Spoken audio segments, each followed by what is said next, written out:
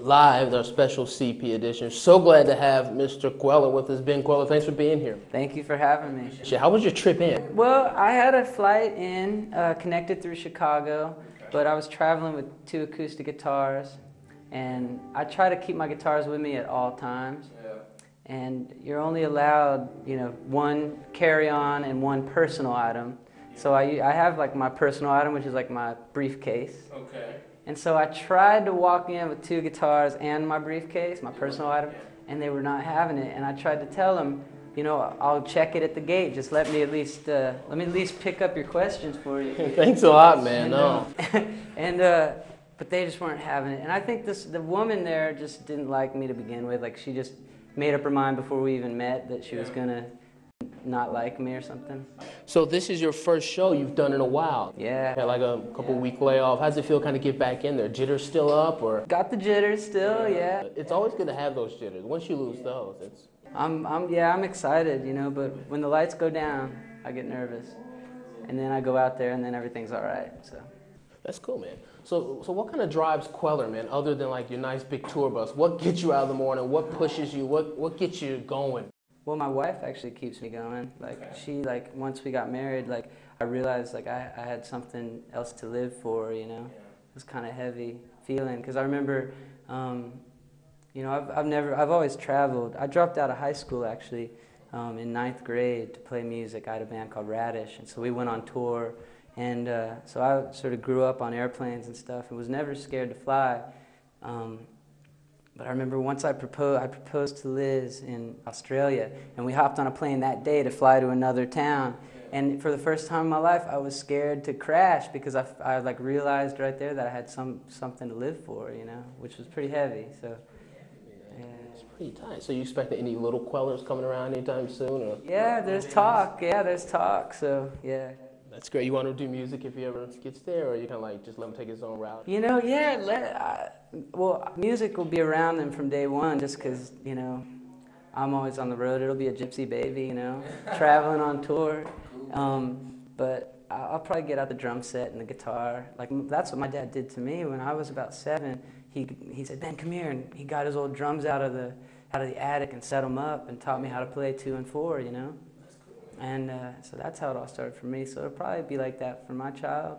We'll see, They'll just follow whatever. Like my parents always, at one point I wanted to be a garbage man, the garbage man that came to our house when I was a little kid. I loved him so much, and I'd meet him out there every morning when he'd come pick up the trash. I'd be on my big wheel, and I just was like, I want to be like Fonzel. I want to be the trash man too.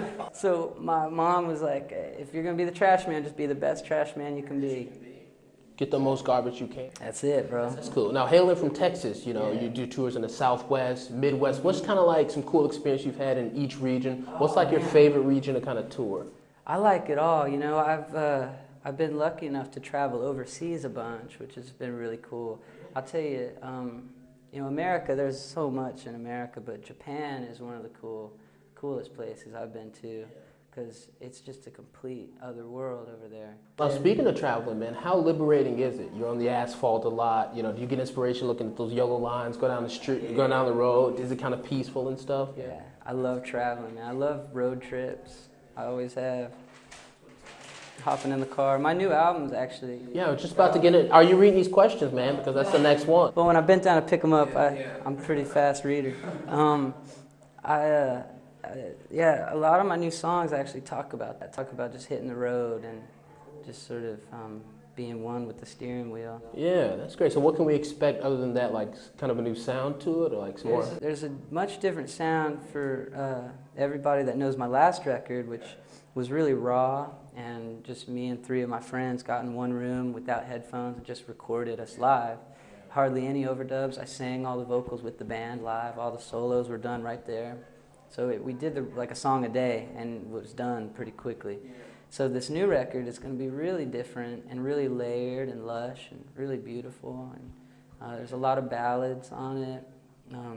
Inspired by your wife, maybe a little? Yeah, there's some inspiration happening. Now, being so independent, does that give you more of a chance to express some freedom, to kind of take a new style that nobody else is doing It's still kind of it's funny with rock and roll because you can do things that happened a long time ago and it still seems fresh. Music's always being recycled, and I feel like some of my songs are kind of reminding me of like early Bruce Springsteen, like Born to Run, or like Tom Petty, like Free Falling or something. So it's got like an 80s element to it, which there isn't really anything out there right now that has like that sort of like solo rock singer vibe, like that anthem sort of thing, Oh, man. And speaking of 80s, when video games sort of first made their mark, you're doing something with video games too. You're covering Lollipop. Yeah, Lollipop. How'd that go? That was What cool. Lollipop is? Is it Lollipop, Lollipop, da, da? Yeah. Cool, man. Yeah. There's this company called Asper, and they make video games, and they're doing, actually the guy who did Halo, the big Xbox game, wanted to do another game about this zombie that goes around killing people from the 1950s. And so he wanted, it's a crazy story. It's about this guy who got killed in the 30s and comes back in the 50s to kill everybody that killed him, and he's a zombie. And whoever he kills turns into a zombie, and it's to the soundtrack of songs from the 50s. So like the Flaming Lips do If I Only Had a Brain from Wizard of Oz, and Death Cab for Cutie's on there, and myself, and a bunch of other bands I can't think of right now. But So kind of going back to the tour, when you're touring colleges and stuff, does that give you a different feel, different vibes than when you're touring like arenas and sold out? Well, I don't usually play arenas by myself. I've opened for people in arenas, but I like playing to college kids a lot, and yeah, I don't know, I feel like a bond with them. It's weird because I never went to college, so at first, I didn't do college gigs until like a year and a half ago. Really? I always just played clubs, and so now it's been like a whole new thing for me to play colleges, and it's been really fun, but at first I was kind of freaked out by it because part of me like felt weird because I never went to college, but I'm still the same age as everybody in college, Yeah. And so it was kind of like a weird thing. Like I was up there playing to all these people that are in school and doing this whole trip that I never was a part of. So it kind of felt weird for me. But I've kind of gotten into the fact that I'm kind of an outcast, and I think maybe that's why people kind of like coming and seeing me too, because I'm different. You're a little off the wall there. Yeah. And that always draws people in. Quick question, if you ever go into Coconuts or something like that, or Borders, and you see a Kweller CD, can you take that for free, or does it? No, I can't take it for free. It's still stealing. Because, I made it, but it doesn't belong to me. It's weird. I might be able to get a discount. So. That'd be cool. I always want to try that, man. Yeah, it would be cool. I mean, I wish I could go and get other people's CDs, that. And speaking of that, we always kind of talk about like who influenced you and stuff like that. We kind of want to flip it up here at CP. We do things a little backwards. Who do you think you've been influencing? Maybe like younger kids, or who do you think takes your style? Oh, you mean who do you think I've influenced? Yeah. Oh, wow. Yeah, it's a. Well, it's weird. There are some people that have come. It's funny because I've been doing it so long now that there are bands coming up now that like are brand new, where I've been around for some time, and I've kind of inspired some people, and that's really cool when people come up to me. Like for instance, there's this French artist in Paris named Pierre Guinard or something, and I just got an email from Miriam, who works for BMG France, which is my label in France. She emailed me and said, there's this kid we just signed named Pierre, we just signed him to the label, and he's a huge fan of yours, and he wants you to produce his album. Oh, man. So that's like this cool thing. So it looks like I might go out to France and to the south of France and produce this guy's album, and I've heard his music, and it's really cool. So that could be like a really, like a whole new side of.